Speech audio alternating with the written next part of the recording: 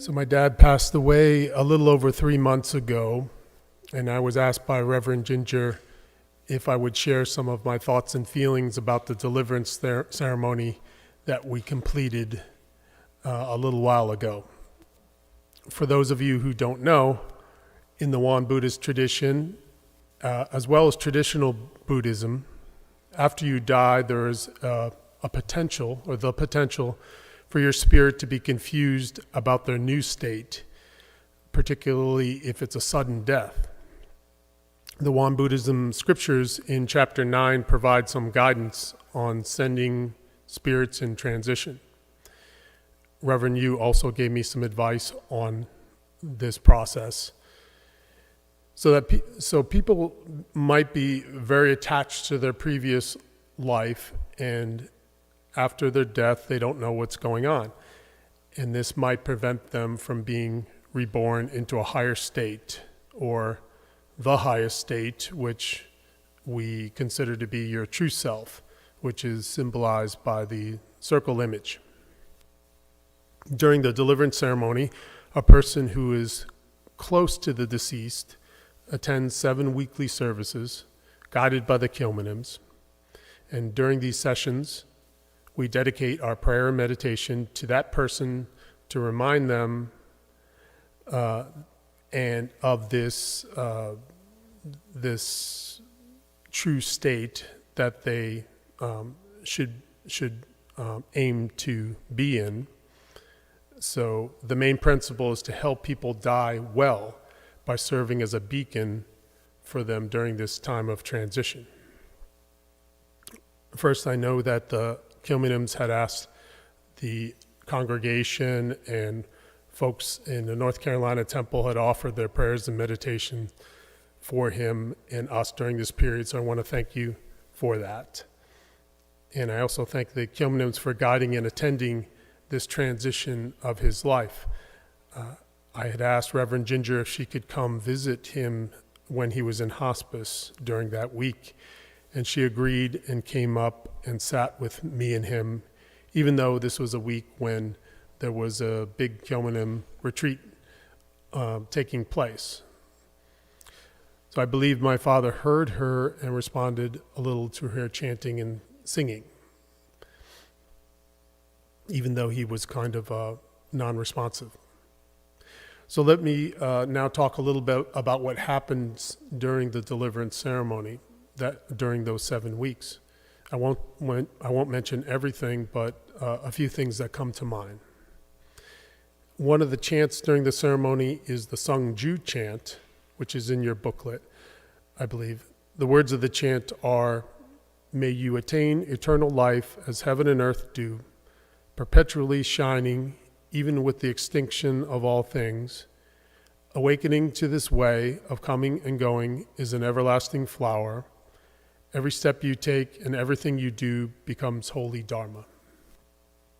This is half of the truth of the Ilwan song as I understand it, that we somehow become part of this, that we somehow are a part of this never-ending system that is constantly changing to the next thing.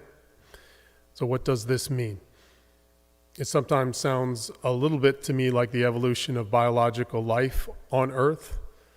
According to Darwin's theory, we all started out as single-celled organisms, and somehow over the eons, genetic mutations occurred, and those organisms that were best adapted to their habitat at that moment in time survived and reproduced. So under this model, there is a scientific explanation for the continuity of life on Earth from one generation to the next. And according to Darwinism, you might say that Dad survives partly through me, since I have half of his genetic material. Since we have a common lineage with all living things on Earth, which are all made up of the same elemental material as the Earth itself, we can edge a little closer to the thought that we are just another reflection or manifestation or emergence of that never-ending succession of phenomena that are naturally or spontaneously occurring. According to the scriptures, nothing is completely annihilated but merely goes through a change of form. So biological science might agree with Won Buddhism in the thought that each organism is not independent. Each has arisen because of what has happened before. And there's also conservation of matter. So that phenomenon, the manifestation through cause and effect, is the other half of the truth of Il Song, as I understand it. As far as evolution and the passing of genes from one generation to the next, what is really being passed on? In this genetic code, it is information. DNA is just a set of instructions on how to build proteins that somehow translates into the building of a complete living and breathing sentient being. The instructions from one parent are combined with another set of instructions from the other parent to become you. So you might say at your conception, there's emptiness, you haven't been formed yet, but there is a form of awareness in the instructions. So the physical part of your body has not yet started, but with the DNA instructions, there's a codified wisdom. I don't know if anybody would agree with that DNA itself is a reflection of at least a form of intelligence or awareness. Yet, I'm pretty sure that this is not what the Won Buddhists mean when they are talking about reincarnation, but it has to be somehow reconciled with that process, I think. So what is my understanding of reincarnation?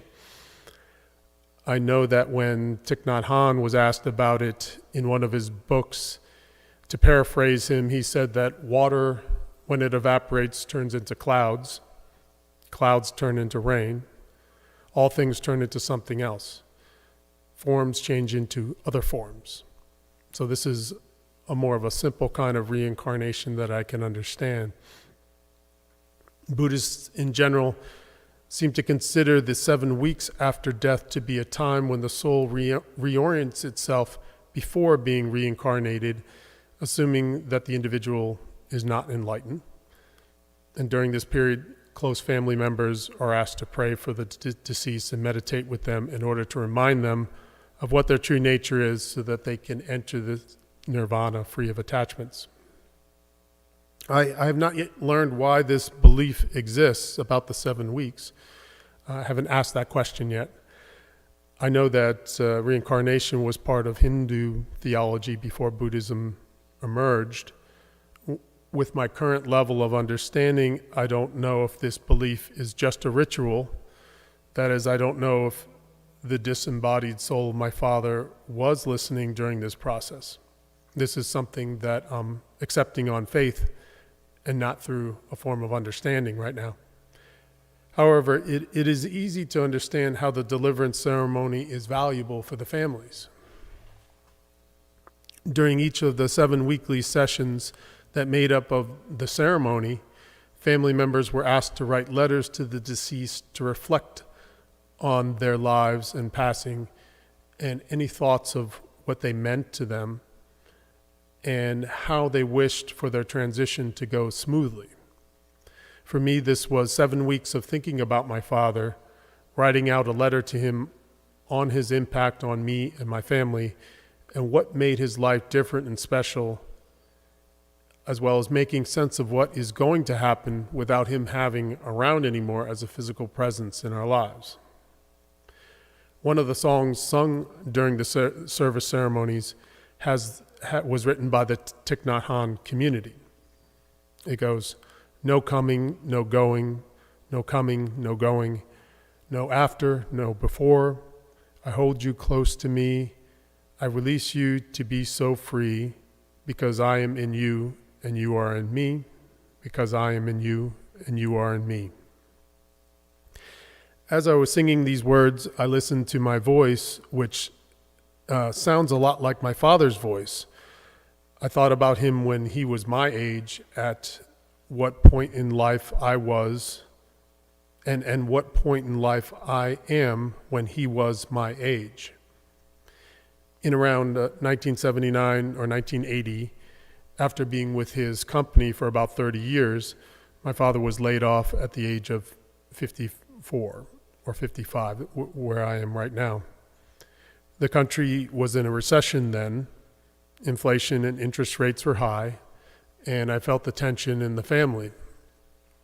Still, while he suffered through that time of going through the layoff and during the following year of being unemployed, he took the time to finish off our basement into a livable area. He baked a lot of zucchini and banana breads. He watched daytime soaps with my sister. And then he took a lower paying job that my mother got for him working at a nursing home.